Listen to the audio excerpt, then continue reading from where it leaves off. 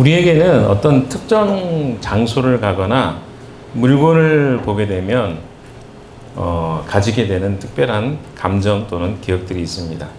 이것을 향수라고도 하죠. 추억거리가 되기도 합니다. 또는 다른 말로 하면 회상이라는 말은 과거의 일을 다시 떠올리는 행위를 이야기하죠. 또는 상념이라고도 합니다. 어떤 것에 대해서 생각하고 느끼는 모든 것을 통틀어서 이야기하는 것이죠. 그래서 과거의 추억과 미래에 대한 생각까지를 통틀어서 상념이라고 이야기를 합니다. 이런 기억들을 여러분은 모두 가지고 있을 것입니다. 저는 제가 사춘기 때 다녔던 길이 저에게는 추억이 되는 장소입니다.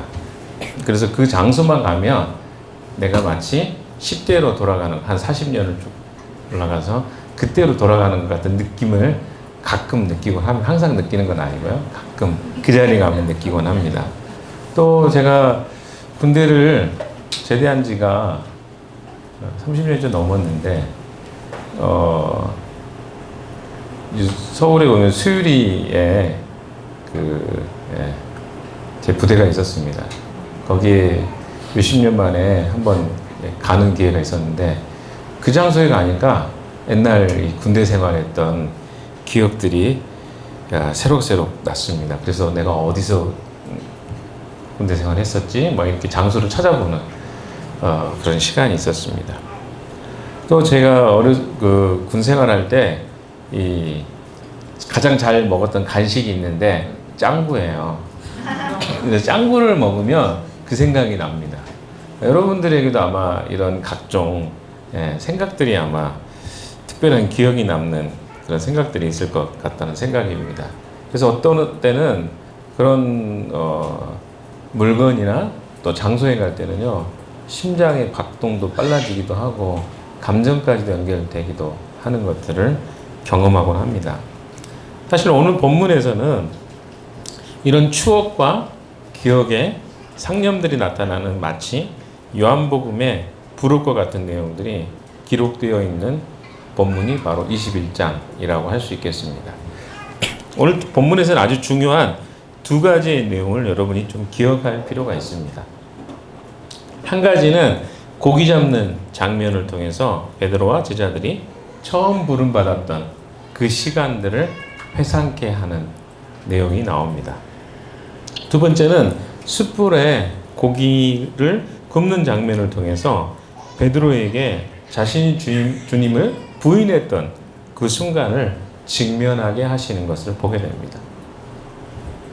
큰 아픔이 있었던 시간인데 이것을 다시 회상하고 직면하게 하심을 통해서 주님이 어떤 분인지를 보여주시는 이야기가 오늘 본문의 이야기라고 할 수 있겠습니다.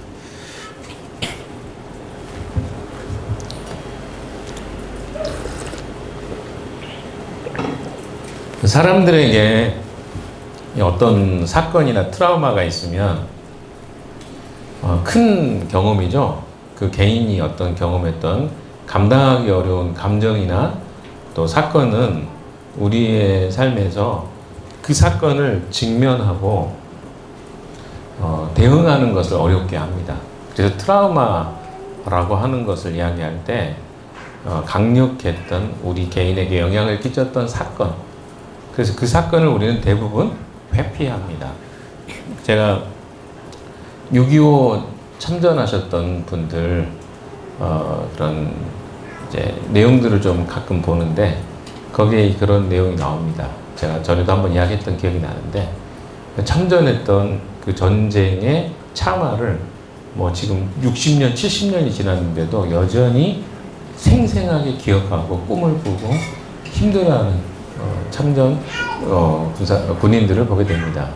근데 그들이 다시 한국 땅을 밟고 또 자기가 전투를 치렀던 장소에 가고 또 자기가 지켰던 그 나라가 어떻게 현재 발전했는지를 보면서 치유되는 이야기를 제가 보면서 굉장히 많은 영감을 받았습니다.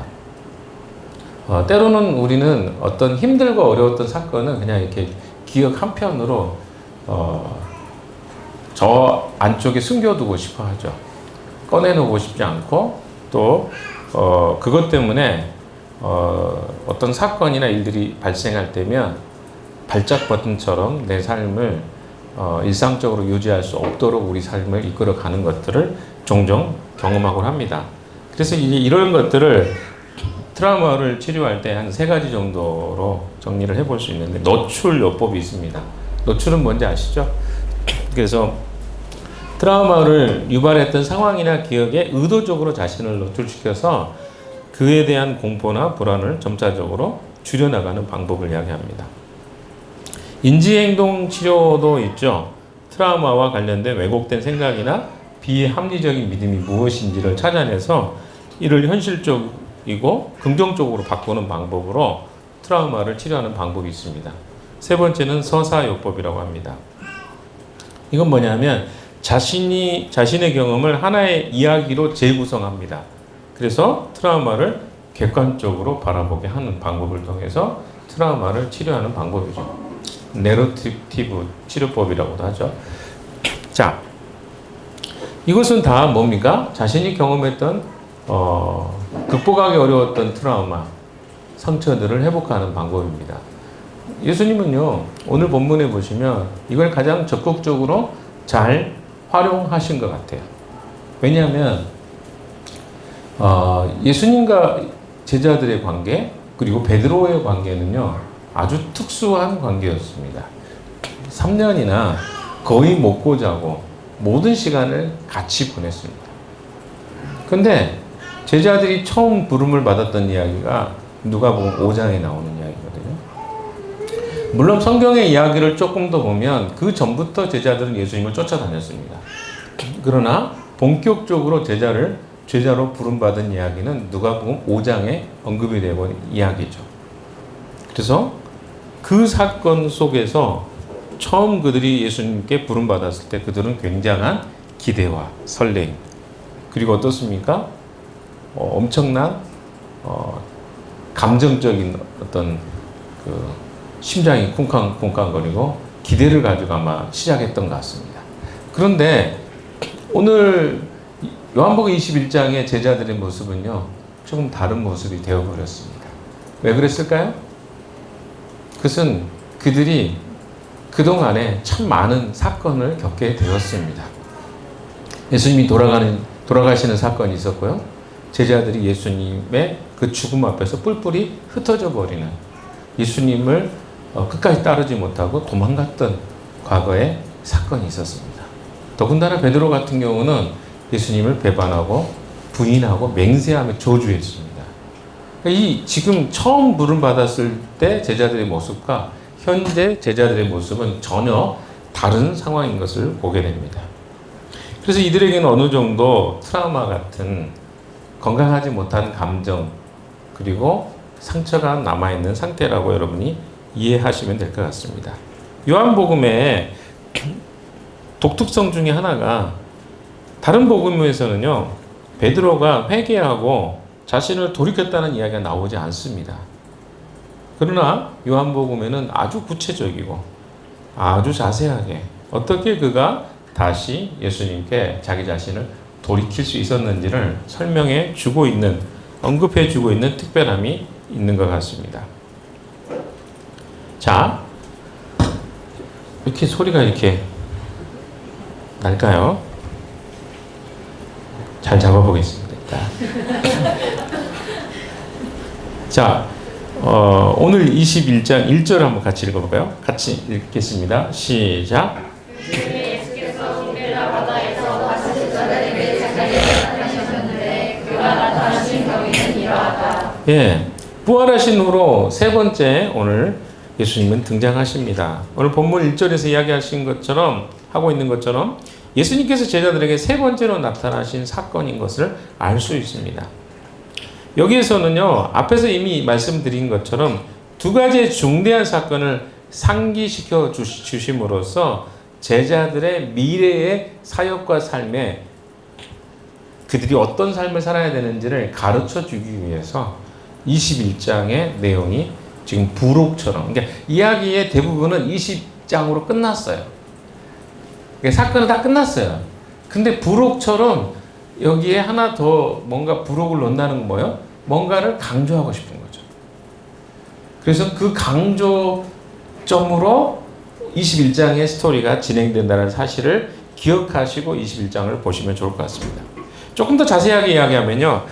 제자들과 베드로에게 밤이 새도록 뭐 밤이 맞도록도 맞아요. 밤이 맞도록 고기를 잡았는데 고기가 한 마리가 잡히지 않았다는 거예요. 그런데 그 고기를 예수님이 이야기해서 오른편이 아니라 어디죠? 오른편에 해라 그랬죠. 오른편으로 물고기를 내려라. 그물을 내려라. 물고기를 내려라. 게 아니라 제가 지금 말이 막 버벅거립니다. 그물을 내려라. 하니까 엄청나게 많은 고기가 153마리의 고기가 잡혔다. 뭐 이런 이야기 아닙니까? 이 이야기는요. 누가복음 5장의 사건과 굉장히 오버랩됩니다. 교차점이 돼요. 거의 비슷해요. 좀 다르죠. 누가복음 5장에 보시면 깊은 곳에다 그물을 내리라 그러고 오늘 본문에는 뭐가 이야기 나옵니까? 오른편에 그물을 내리라. 이런 차이가 있어요. 그리고 요한복음에는 153마리라고 딱 정확하게 기록. 누가 숫자를 막 셌나 봐요. 153마리. 진짜 디테일하죠? 그래서 153 모나미가 거기서 나온 거예요. 153이 그거잖아요. 모나미에 써져 있는 153. 그런 의미가 있습니다. 여러분, 그 차이가 있어요. 거기는 많았더라. 너무 많아가지고 그물이 찢어질 듯 했더라. 뭐 찢어질 것 같은 많았다는 거. 여기 153마리가 잡혔다. 이런 표현들 좀 차이가 있는 거 빼놓고 다 똑같아요. 자, 오늘 본문의 이야기는요. 20장 사건이 있고 나서 얼마만큼의 시간이 지난 다음에 발생한 사건인 것 같습니다. 그래서 그 뒤에라는 단어를 이야기하고 있죠. 20장 사건이 있고 나서 얼마간의 시간이 지났는지 우리는 알지 못합니다. 그러나 곧 이제 예수님이 승천하실 때가 가까워지는 그 시점이었다고 좀 볼 수 있겠죠. 그래서 먼저 예수님이 어디에 나타나셨는지를 한번 좀 생각해 봅시다. 시간은 아까 방금 이야기했고 20장 사건이 있고 난 다음에 그 다음에 장소가 어딜까요? 디베레아 바닷가. 굉장히 추억과 향수가 있는 장소입니다. 왜냐하면 제가 20대 때 복음성가를 처음 배울 때 늘 불렀던 찬양이 요한의 아들 시몬아 내가 나를 사랑하느냐 뭐 이런 찬양이 있었어요. 그러면 이제 그 후렴구에 그때 나는 주께 대답했네 내가 주를 사랑하는지 주님께서 뭐 이런 찬양이 있어요. 근데 그 장소가 어디냐면 디베레아 바닷가. 그래서 이게 갈릴리 바다를 디베레아 바닷가라고 합니다. 바다같이 크다 호수가. 그래서 명칭이 디베레아. 근데 갈릴리예요. 갈릴리는 그러면 왜 갈릴리로 갔을까요? 제자들이. 예루살렘이 20장까지 예루살렘에 있었는데 이것은요 공간복음이라고 하죠. 마태, 마가, 누가를 뭐 요한까지 공간복음이라고 합니다. 여러 저자들이 각기 다른 관점에서 예수님의 일대기를 보았다고 그래서 공간복음이라고 해요. 그런데 그 공간복음에서는 뭐라고 이야기를 하냐면 마가복음 14장 28절, 마태복음 28장 7절 예수님이 이런 이야기를 하십니다. 제자들에게 내가 살아난 후에 너희보다 먼저 갈릴리로 가겠다. 지금 뭐예요? 예수님의 메시지는 뭐냐면 갈릴리에서 보자는 거예요. 갈릴리는 이들이 잘하는 곳이죠. 왜? 다 갈릴리 출신이거든요. 그쵸? 그래서 나중에 유대 사람들이 갈릴리에 무슨 선한 것이 있느냐? 그 말은 뭐야? 그 촌 동네에서 뭐가 특별한 사람이 나올 수 있겠냐라고 이야기할 정도로 그 동네는 시골이었어요. 깡촌이라고 생각하시면 돼요. 근데 그곳에서 다시 그들을 만나시겠다. 이 약속만 있어요. 장소가 어딘지 몰라요. 갈릴리야. 그러면 이제 그들은 어떻게 해야 돼요? 갈릴리로 막 가는 거예요. 갈릴리로 가 있는데 이제 오늘 이제 보시면 7명의 제자가 나옵니다. 아마 이렇게 생각한 것 같아요. 예수님 언제 오시지? 야, 우리끼리 모여가지고 지금 할 일도 없는데 우리 옛날 생각도 나고 야 우리 뭐 아르바이트라도 해야 되지 않겠어? 파트타임으로? 배 좀 빌려봐. 너도 오브였고 나도 오브였고 그물만 있으면 좀 그래도 며칠 동안은 먹을 거 해결되겠네. 뭐 이렇게 한 것 같아요. 그냥 생각이에요. 제 생각에. 꼭 맞다는 건 아니고. 그래서 그들이 과거를 생각하다가 잡담하다가 배나 한번 배 빌려가지고 고기나 한번 잡으러 가볼까? 이제 이렇게 이야기가 돼서 지금 고기를 잡으러 간 것 같습니다. 2절부터 이렇게 보시면요. 등장인물이 나옵니다. 등장인물 한번 읽어볼까요? 2절 시작. 시몬 베드로와 쌍둥이라고 불리는 도마와 갈릴리 가나 사람 나다나엘과 세베대의 아들들과 제자들 가운데서 다른 두 사람이 한 자리에 있었다. 여기 보면 시몬 베드로는 당연히 들어가겠죠. 여기 보시면 시몬 베드로라고 표현되어 있어요. 이것도 좀 잘 보세요. 원래 시몬 베드로가 아니라 누구요? 게바거든요. 게바라는 거 제가 기도했지만 재원이를 위해서 기도했지만 반석이라는 뜻이거든요. 근데 시몬이라는 단어는요 예수님 그 만나기 전의 이름이에요. 그래서 아까 요한의 아들 시몬아 내가 나를 사랑하느냐 그랬잖아요. 그러니까 그 고백 이전의 상태. 그러니까 예수님 만나기 이전의 이름이 시몬이었는데 내가 너 이름을 게바라 하리라 반석이라 하리라 이렇게 이야기했거든요. 근데 옛날 이름을 부르신 거예요. 이것도 되게 재밌습니다. 그 다음에 누가 나옵니까? 네? 쌍둥이 도마. 쌍둥이라고 불리는 디두모라고 하는 도마가 나오죠. 도마는 조금 전에 우리가 20장에 잘 봤던 인물이니까 잘 아실 것 같고요. 그 다음에 세 번째 인물이 누굽니까? 갈릴리 가나 사람 나다나엘. 당연히 이제 세베대의 아들 두 형제죠. 야고보 요한. 예수님의 그 수제자 중에 베드로, 야고보, 요한이니까 당연히 들어갑니다. 그 다음에 두 사람의 이름은 안타깝게도 빠졌어요. 요한한테 굉장히 실망스럽죠. 왜 내가 거기에 왜 빠졌어? 이렇게 생각할 수도 있어요. 나 거기 분명히 있었는데. 근데 여러분 여기에 보시면요. 재밌습니다. 이 7명이 이름이 왜 나오는지도. 의도적으로 넣었어요. 요한이 7명을 넣은 것도. 7이라는 수는요 성경의 완전수입니다. 그래서 제자들이 거기 다 있었다라고 이야기해도 똑같아요. 7이라는 수를 넣었기 때문에 그래서 2명을 더 넣은 거예요. 굳이 안 넣어도 되는데. 그런데 거기 이름이 언급되는 사람들 보세요. 구체적으로 언급된 사람이 3명이죠. 베드로, 도마, 나다나엘. 근데 요한복음이요 1장하고 21장하고 거의 이렇게 어떻게 되냐면 제자의 이름으로 시작해서 제자의 이름으로 끝나요. 1장에 등장했던 사람이 누구냐면 나다나엘, 베드로, 안드레, 빌립이잖아요. 그래서 사람들이 추정합니다. 여기 빠진 사람 2사람이 분명히 안드레하고 빌립이었을 가능성이 많다. 이거는 추정하지만 신학자들이 그렇게 생각하는 사람이 있습니다. 자, 그래서 1장과 21장이 근데 여기 빠진 사람 없었는데 들어간 사람이 도마가 들어가 있죠. 근데 공통점이 있기 때문에 도마의 이름이 들어간 것 같아요. 왜냐하면 베드로는 어때요? 마태복음 16장에도 그렇고 주는 그리스도시요 살아계신 하나님의 아들이십니다라고 고백했어요. 나다나엘도 거기에 들어간 이유가 있습니다. 1장에 나온 1장 49절인가 나오죠. 하나님의 아들이십니다. 그 고백을 해요. 도마도 어떻게 해요? 주는 주님이시며 하나님이십니다. 뭐 이런 고백이죠. 그러니까 이건 뭐예요? 다 그 고백을 하는 사람들의 이름이 등장해요. 예수님이 누구라고 정확하게 인식했던 사람들이 여기 등장해요. 그래서 그들이 어때요? 회복하는 과정을 지금 보여주는 이야기기도 하거든요. 근데 그들이 공통점이 또 있습니다. 그들이 셋 다 부정적이었던 사람들이에요. 처음에 다 예수님을 믿었던 사람이 아닙니다. 처음부터 적극적으로. 다 어때요? 살짝은 부정적이었어요. 부활하신 예수님 만났을 때 베드로도 어때요? 그렇게 적극적이지 않았어요.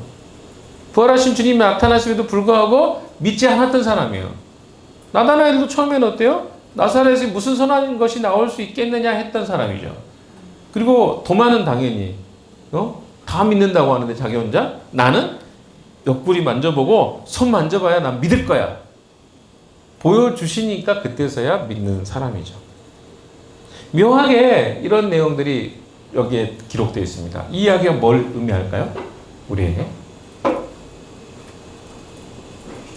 예, 답을 해주셔야 되는데 답을 안 해주시니까. 이 이야기는요, 우리에게 말씀해주고 있는 거예요. 보고, 우리 20장이 나오잖아요. 너희가 보고 나를 믿느냐? 보지 않고 믿는 자가 복되도다. 그 이야기를 사실을 계속 하고 있는 거예요. 요한복음. 이따가도 봅니다. 요한이 먼저 예수님을 바라봅니다. 근데 생각해 보세요. 제일 예수님을 사랑한다고 했던 제자 베드로는 예수님을 못 알아봐요. 예수님 이야기 하셨음에도 불구하고. 물론 거리가 좀 떨어져 있어요. 90m 정도 더, 여기는 100, 뭐라 그러죠? 백자라고 돼 있나요? 어찌됐든 여러 가지. 성경마다 다 다르더라고요. 거리를 지칭하는 게. 영어 성경에는 100야드 정도 된다고 하고요. 100m 넘거든요. 그렇게 되면 한 120, 30m 되는데, 근데 대략적으로 100m에서 90m 사이라고 생각합니다. 사람들이. 그러니까 이 배로부터 거리가 한 100m 정도 떨어져 있으니까 잘 안 보이겠죠. 특별히 눈이 안 좋은 사람들은 더 잘 안 보이겠죠. 노안인 사람들은. 근데 노안은 아니었을 거예요. 이 사람들이. 근데 보였을 것 같은데도 못 알아본 거예요. 근데 누구요? 주님이시다라고 한 걸 누가 해요? 요한이에요.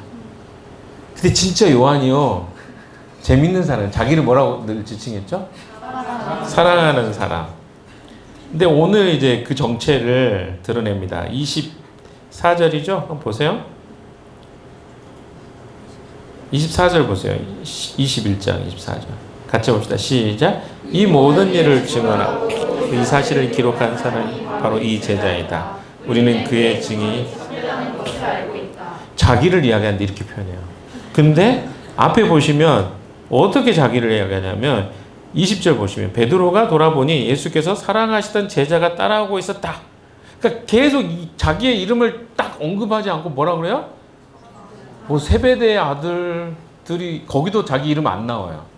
야고보와 요한인데 거기도 세베대의 아들들이 있었고 전부 안 하다가 여기도 예수님의 사랑하는 제자가 따라오고 있었다. 이 제자는 마지막 만찬 때 예수님의 가슴에 기대어서 주님을 넘겨줄 자가 누구입니까? 라고 물었던 사람이다. 자기를 그렇게 이야기해요. 베드로가 이 제자를 보고 절대 자기 이름을 이야기 안 합니다. 그리고 24절에 이 모든 일을 증언하고 또 이 사실을 기록한 사람이 바로 이 제자다. 나다. 라고 안 하고 되게 희한하죠. 이런 방식으로 요한이 이 성경을 기록했다는 사실을 이야기합니다. 근데 보시면 이 제자, 주님이 사랑하시던 제자라고 이야기했던 7절에도 그렇게 나와요. 예수가 사랑하시던 제자가 진짜 일관되게 말합니다. 예수가 사랑하던 제자, 자기를 지칭할 때. 근데 이 제자에게 누가 이야기해요? 누가 이야기한 게 아니라 이 제자가 베드로에게 저분은 주님이시다. 자, 다시. 베드로는요, 못 알아봤어요. 예수님을 가장 가까이서 만났던 사람입니다. 근데 못 알아봤어요. 요한이 이 자기 자신의 이렇게 좀 우리가 봤을 때는 자기를 이렇게 좀 드러내는 것 같기도 하고 숨기는 것 같기도 하지만 중요한 건 뭐냐면 제자로서 그는 알아봤어요. 그 말은 뭡니까? 이걸 성경에 기록했어요. 그러니까 직접 보았다고 해서 예수님 아는 거 아니라는 거예요. 계속 강조합니다. 사람들은 눈으로 보면 내가 체험하고 경험하면 알 수 있다는 생각을 기본적으로 합니다. 그래서 우리가 무슨 생각을 해요? 내가 경험했어. 이걸 되게 중요하게 여겨요. 이 시대의 사람들이. 봤냐 못 봤냐, 경험했냐 못했냐, 이게 되게 중요하거든요. 근데 요한은 일관되게 말합니다. 보지 않고도 믿을 수 있다. 그게 믿음이다. 라고 이야기하고 싶은 거예요. 그래서 요한이 제일 먼저 그 베드로보다 자기가 먼저 알아봤다는 이야기를 합니다. 그리고 성경이 기록해요. 그 말은 뭡니까? 더 주님 앞에 있었던 이 베드로에게 가르쳐준 사람이 자기라는 거예요. 이게 묘한 느낌이 있어요. 이게 자기를 드러내는 건지 아니면 진짜 이 성경이 말하고 있는 것처럼 그 보지 않고 믿는 게 복되다 이렇게 말한 것처럼 그 내용을 강조하려고 하는지. 사실은 후자가 맞을 거라고 저는 믿습니다. 요한이 그런 사람은 아닐 것 같아요. 분명히 믿습니다. 자, 그래서 여기 보시면 여기에 등장하는 베드로, 그 다음에 이야기했던 도마, 부정적이었죠. 그 다음 나다나엘, 그 다음 세베대의 아들들 둘, 다섯이죠. 안드레와 빌립이라고 추정되는 두 다른 제자들. 7명이요. 뭐에 어디에서? 갈릴리에서 예수님 만나려고 하다가 지금 어디로 왔어요? 배 타고 지금 고기 잡고 있는 거예요. 근데 여러분 신기하지 않습니까? 왜 신기하다고 제가 이야기하냐면 이들이 왜 왔어요 여기? 예수님 만나. 근데 이들이 다 그걸 까먹어 버렸어요. 아니 솔직히 지금 그 사람들이 진짜 예수님 만나러 왔으면 무슨 생각해야 돼요? 무슨 사건이든 다 예수님으로 생각을 해야 되지 않겠어요? 아니 비슷하잖아요. 비슷하잖아요. 뭐가? 제가 아까 이야기했잖아요. 어떤 기억이나 사건들, 상황이 연상이 되면 그 기억이 떠오르게 마련이에요. 그런데 이날 어떤 일이 있었습니까? 배를 탔어요. 그런데 어때요? 밤이 맞도록 고기를 못 잡았어요. 그럼 이 정도만 돼도 옛날에 우리 언제 이거 비슷한 일이 있었는데 생각이 나야 되죠. 그리고 거기다가 바닷가 기슭에서 예수님이 이야기할 때 뭐 잘 안 들릴 수 있어요? 귀가 안 좋아서 안 들릴 수도 있고 소리만 들릴 수 있습니다. 근데 그 사건이 유사하잖아요. 깊은 데다 그물 던지라는 거나 오른편에 그물을 던지라는 거나 무슨 차이가 있어요? 그럼 그 순간에 예수님이다 이렇게 할 것 같아요. 저 같으면 생각할 수 있잖아요. 그런데 아무도 7명이 다 주는 그리스도 살아계신 하나님이 아닙니다. 믿음으로 고백했던 사람들 한 사람도 어때요? 기억을 못해요. 놀라운 망각 증세. 근데 이게 우리 모습이에요 사실은. 왜? 보십시오.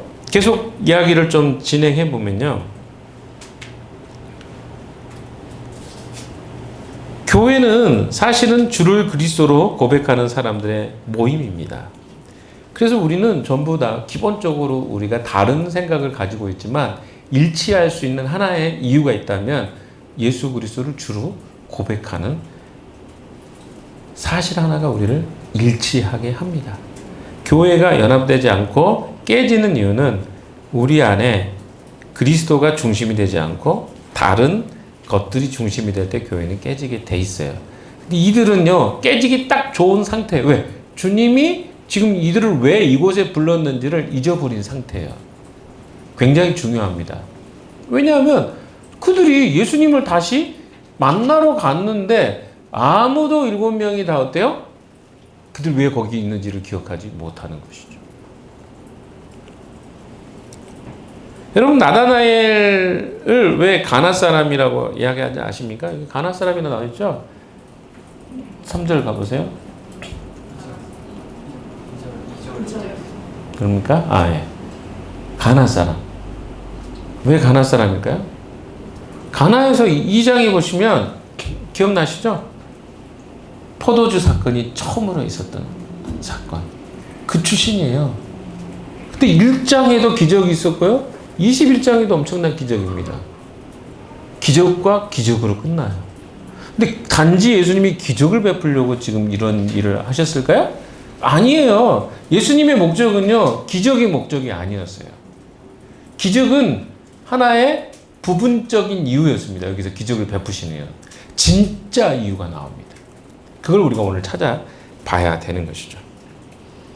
그래서 요한의 이 성경은요, 되게 그 요한이 얌체 같은 사람이기도 하지만 우리가 볼 때 그러나 성경의 구조를 정말 잘 대비했어요. 1장하고 21장을 잘 대조해서 거기서 메시지를 주고 싶은 거예요. 자, 1장의 이야기를 한번 좀 생각해 보십시오. 1장의 이야기가 뭡니까? 하나님이 태초에 말씀이 계셨다. 근데 그 말씀이 하나님과 함께 계셨다. 말씀으로 모든 피조물이 창조되었다. 말씀은 생명이었다. 생명은 사람들에게 빛이었다. 그래서 그렇죠? 이렇게 쭉 되죠. 근데 이 생명의 빛이 세상에 왔는데 세상이 알아보지 못했다. 그리고 나오는 장면이 뭡니까? 요한이 나오죠. 이 빛에 대해서 증거하려고 하는 사람들이 누구냐? 세례요한. 세례요한은 제껴둡시다. 왜냐하면 그 사람은 죽었잖아요. 끝났잖아요. 제자들이 그 다음에 나와요. 세례요한 다음에. 그때 나왔던 사람 누구요? 베드로. 안드레가 제일 먼저. 안드레가 베드로를 데리고. 원래 안드레는 세례요한의 제자였는데 예수님으로 갈아탔죠. 그때 데려왔던 사람이 첫 번째 데려왔던 사람이 베드로. 그리고 그 다음에 나오는 사람이 빌립, 나다나엘 이런 사람들입니다. 여러분 잘 기억해 보세요. 제자들이 하는 일이 뭐예요? 예수님이 어떤 분인가를 드러내기 위해서 1장이 나온 거예요. 21장이 그럼 왜 나왔을까요? 이들이 지금 뭘 잊어버린 거예요? 그들의 역할과 사명을 상실해 버렸어요. 그래서 21장에 그들의 사명이 어떻게 회복되고 있는가를 이야기해주고 싶은 것이죠. 잘 따라오셔야 됩니다. 그래서 우리가 처음 예수님 만날 때요 얼마나 감격하고 울면서 만나는 사람 많잖아요. 저도 기억이 납니다. 예수님 만났을 때 너무나 감격스럽고 또 정말 하늘을 막 떠다니는 것 같았어요. 표정들이 다 아유 그건 당신 이야기고 제임스 이야기고 그 언제적 이야기입니까? 몇 번을 지금 우려먹습니까? 이렇게 생각할지 모르겠어요. 제가 88년에 예수님을 교회를 처음 다녔거든요. 진짜로 다니게 된 건 88년입니다. 믿지 않는 사람이 예수를 믿는다는 참 어려운 일이에요. 예수님 믿게 됐어요. 그리고 한 3년 천국의 삶을 사는 것 같았어요. 그리고 몇 년 또 교회의 안 좋은 모습도 보고 그러면서 실망했다가 다시 또 다른 데 찾아보니까 CCC라는 곳을 찾아서 거기서 또 천국같이 살다가 또 거기서 또 실망스럽다가 막 이런 반복이더라고요. 신앙생활이. 제가 그렇게 살았어요. 근데 어느 순간에 보면 내가 처음 예수님 만났던 감격하고 너무 다른 삶을 살고 있는 것들을 종종 보게 됩니다.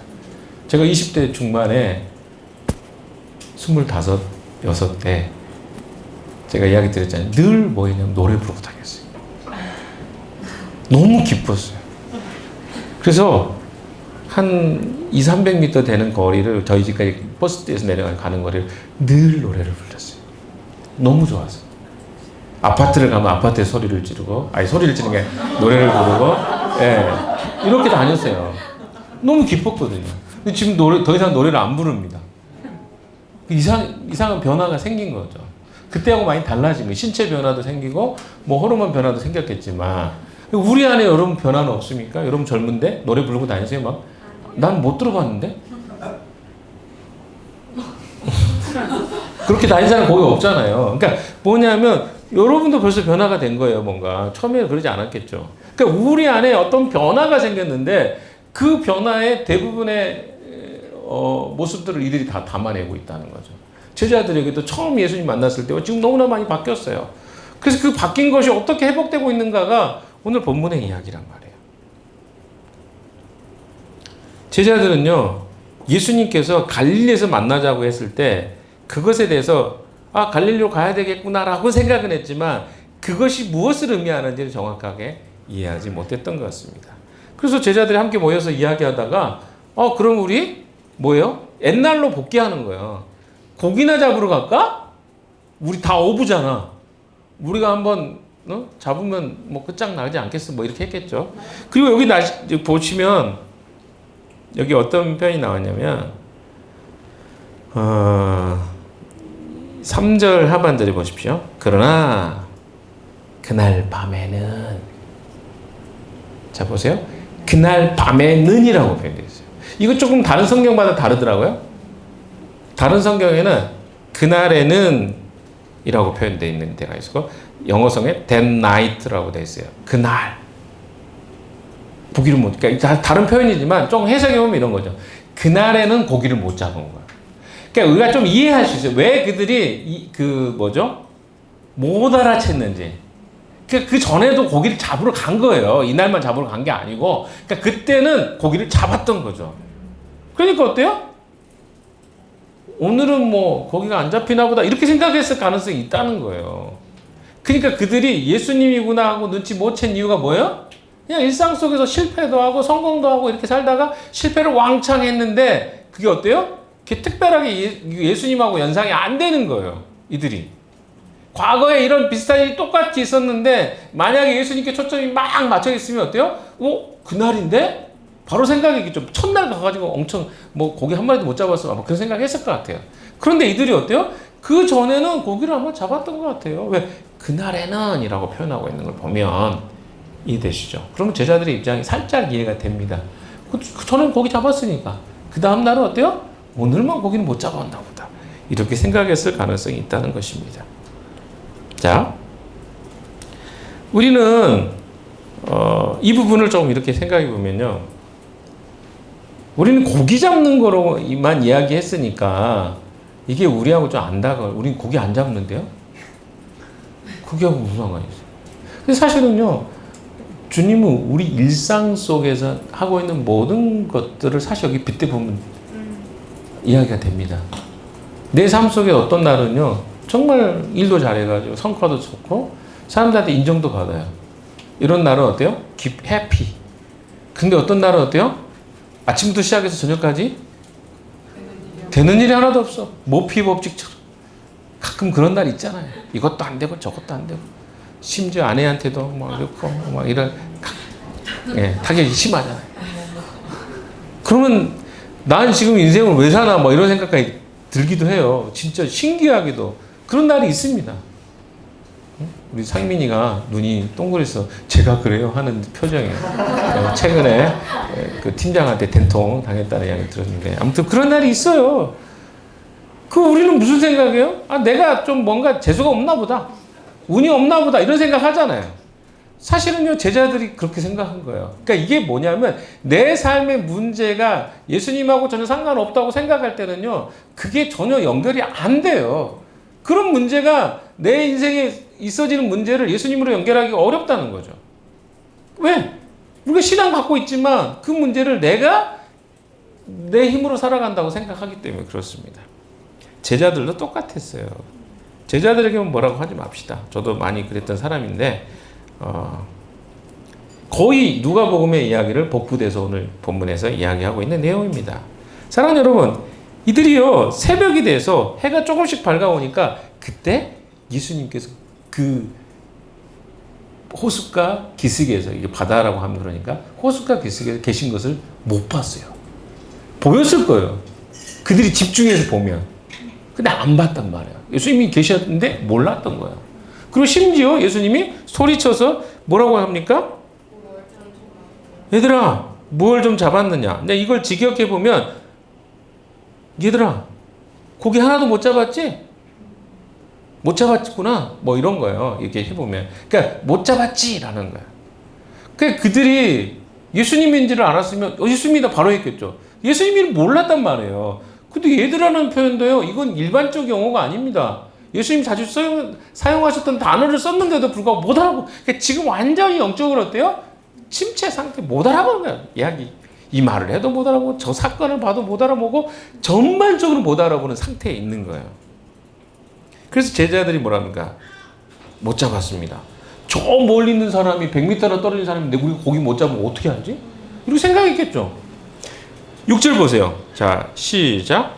주께서 그들에게 말씀하셨다. 그물을 오른쪽에 던져라. 그리하면 잡을 것이다. 제자들이 그물을 던지니 고기가 너무 많이 걸려서 그물을 끌어올릴 수가 없었다. 자, 그런데 여기서 질문이 나오죠. 근데 갑자기 누군지 모르는데 왜 그 말을 들었을까? 근데 거기에 권위가 있습니다. 뭐가? 멀리서 있는데도 우리 상황을 다 알고 있다라고 생각하니까 어때요? 그 명령을 들은 거예요. 그 권위에 의해서. 그래서 오른쪽 편에 그물을 던졌습니다. 그러면 이런 생각이 돼야 되지 않겠어요? 진짜 믿음 있는 제자들이라면 예수님인가? 이런 생각을 자연스럽게 했어야죠. 왜? 이런 일이 없잖아요.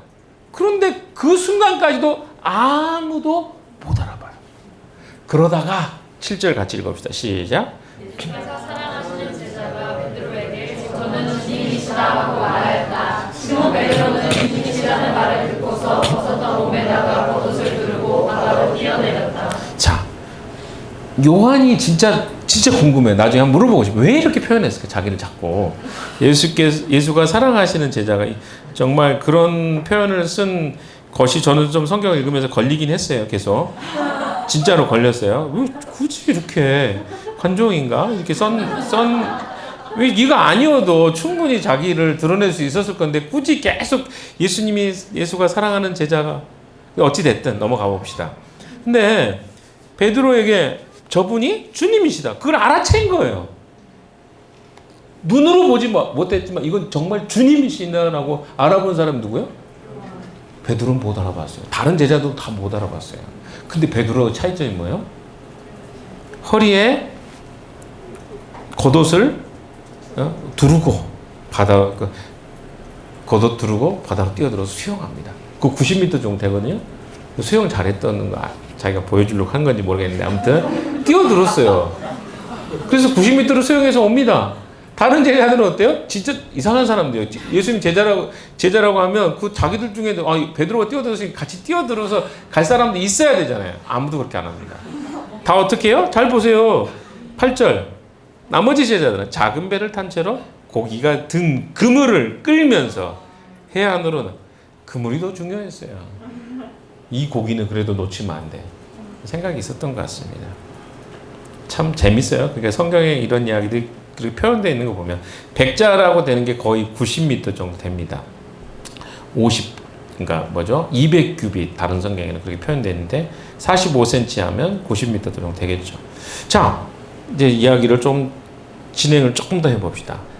9절, 10절 한번 읽어봅시다. 시작. 그들이 땅에 올라와서 보니 숯불을 띄워놓았는데 그 위에 생선이 놓여있고 빵도 있었다. 예수께서 제자들에게 말씀하셨다. 너희가 지금 잡은 생선을 좀 가져오너라. 보시면 베드로 정말 열정적인 사람이에요. 근데 딱 갔는데 9절에 보시면 뭐가 있어요? 숯불이 있어요. 숯불. 그럼 딱 뭐가 떠올라야 돼요? 내가 예수님 배반했던 그 시간. 이 숯불이라는 단어를 요한이 진짜 그래서 나쁘다고 표현할 수도 있고 어떻게 보면 진짜 의도적으로 표현한 거거든요. 이 숯불하고 그물은요 의도적으로 한 거예요. 그래서 뭐예요? 이 숯불을 거기다 딱 수영해가지고 나온 베드로 앞에 딱 놓여 있는 거예요. 근데 여러분 제가 이 장면을 연상하면서 그럼 뭐가 베드로에게 지금 어떤 감정이었을까를 생각해 봤어요. 그 베드로가 처음에 나왔을 때 뭐가 들었겠어요? 수치심, 부끄러움. 숯불이라는 것은요 자기가 그 앞에서 예수님을 부인했던 시간이 있었기 때문에 반드시 들 수밖에 없어요. 그 장면이 연상되면 자기는 뭐가 들어야 돼요? 수치심이 와요. 그런데 어때요? 그가 수치심을 느끼지 않았다는 거예요. 왜 그러면 수치심을 느끼지 않았을까? 제가 주제를 수치심을 이기는 사랑이라고 제가 그래서 오늘 주제를 잡아봤어요. 수치심을 이기는 사랑. 그러니까 뭐냐면 베드로가 만약 여기서 딱 나와가지고 예수님이 거기 대기 타고 있다가 너희라 내가 이 말 하고 싶어. 내가 십자가에 죽기 전부터 내가 이야기했지. 너 배반한다고. 너 그때 왜 3번이나 부인한다고 했을 때 너 믿지도 않더니. 그리고 내가 너 그 다 굴 때 내가 쳐다본 거 알아 몰라. 누가 보면. 그때도 네가 회개할 찬스 줬는데 그때도 안 했잖아. 이렇게 말했다면 베드로 어땠을까요? 네. 절망, 좌절이죠. 근데 예수님은요 한마디도 하지 않습니다. 그리고 어떻게 하십니까? 거기에 빵이 있었어요. 고기도 굽고 빵도. 이게 예수님의 회복시키는 마음이에요. 그러니까 직면하게 하시되 사랑으로 극복하게 하시는 거죠. 어떻게? 그 상황에 대해서 예수님이 그가 어떤 감정을 느낄지 아셨어요. 숯불을 피워놓고 그런데 그 위에 뭘 하세요? 생선이 놓여있고 빵도 있었다. 그러니까 그가 직면해야 될 상황을 피하지 않으면서도 그가 극복할 수 있도록 하나님의 사랑과 공유를 거기에 베풀어 주셨다라고 볼 수 있는 것이죠. 그리고 예수님께서 이야기하십니다. 어떤 이야기도 하지 않고 10절에 이야기합니다. 같이 읽어볼까요? 시작.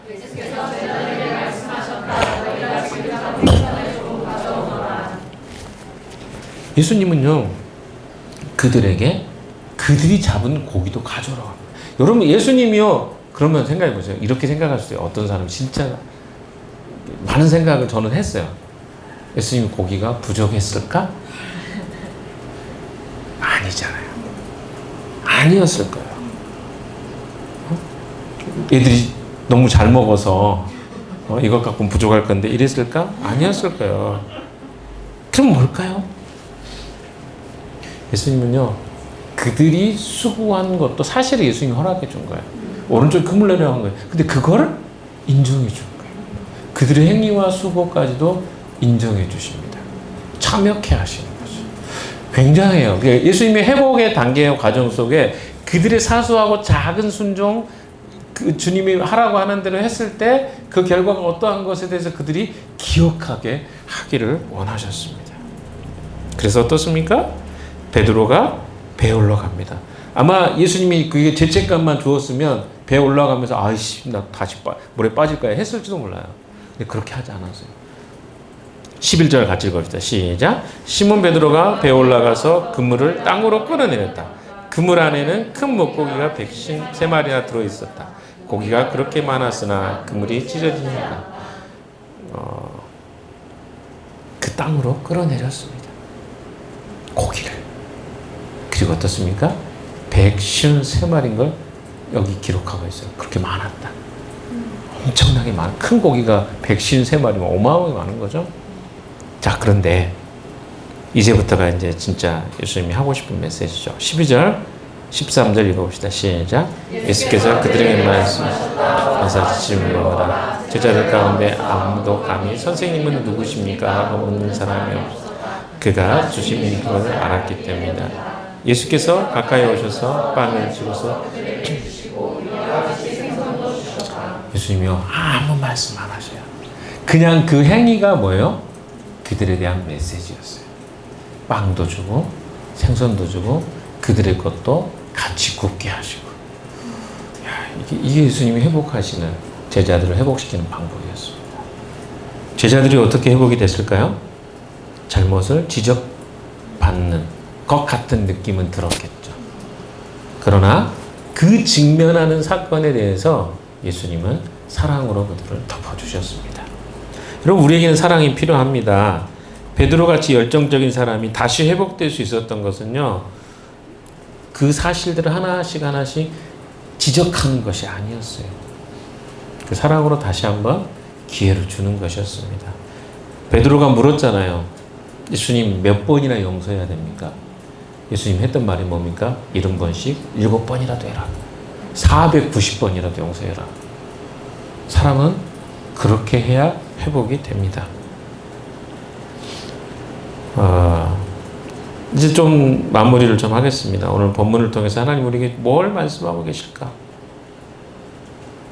제자들은요, 이미 낙심해 버렸어요. 실패를 경험했어요. 나는 불가능해. 예수님 오시면 나 야단 맞을 것 같은데, 이런 생각만 갖고 있었어요. 그래서 그들이 무엇을 해야 될지 길을 잃어버렸어요. 예수님은 두 가지 사건을 통해서 다시 한번 그들에게 이야기합니다. 그물을 끌어올리게 하죠. 던지게 합니다. 그들이 애썼을 때 아무것도 열매가 없었습니다. 우리 노력으로 되지 않는다는 것을 다시 가르쳐 주시는 거예요. 예수님의 말씀이 선포되고 순종했을 때 그물이 가득하게 고기가 잡혔어요. 예수님이 이걸 다시 설명해 주는 거예요. 네가 힘써서 노력해서 될 수 없어. 나의 말에 순종하면 이건 가능해.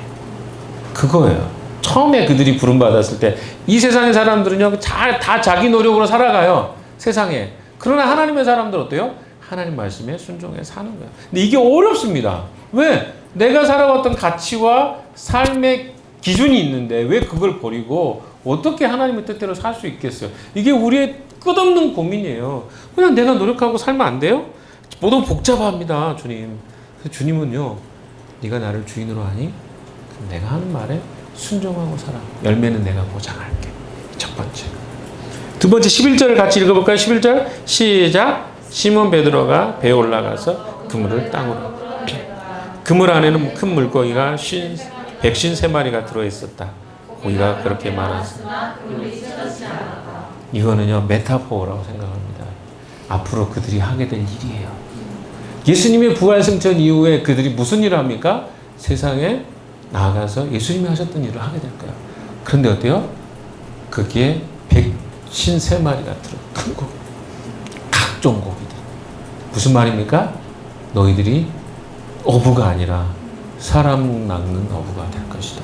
하나님의 일을 너희들이 이제 해야 되는데 그것을 그 그물이 찢어지지 않을 만큼 많은 열매들을 내가 너에게 허락해 줄 것이다. 이것이 여기에 담겨 있는 메시지입니다. 자, 결론으로 예수님은 제자들에게요 다시 사람 낚는 어부가 되기를 명령하십니다. 밤이 맞도록 수고했지만 얻을 수 없었던 그 열매에 대해서 주님은 6절에 말씀하신 것처럼 제자들이 그 말씀에 따라 그물을 던지니까 그 고기가 너무 많아서 그물을 끌어올릴 수 없을 정도로 많았다고 얘기합니다. 순종하는 싸움입니다. 순종은요 우리 생각을 내려놓는 거예요. 그리스도인의 삶은요 자신의 생각이 옳다고 사는 게 아니라 하나님의 말씀이 옳다고 믿고 사는 사람들이에요. 그래서 우리는 이 싸움을 합니다. 아, 진짜 그러면 하나님 말씀 믿으면 내가 열매를 맺을 수 있어요? 이게 우리 질문이에요. 하나님 명확합니다.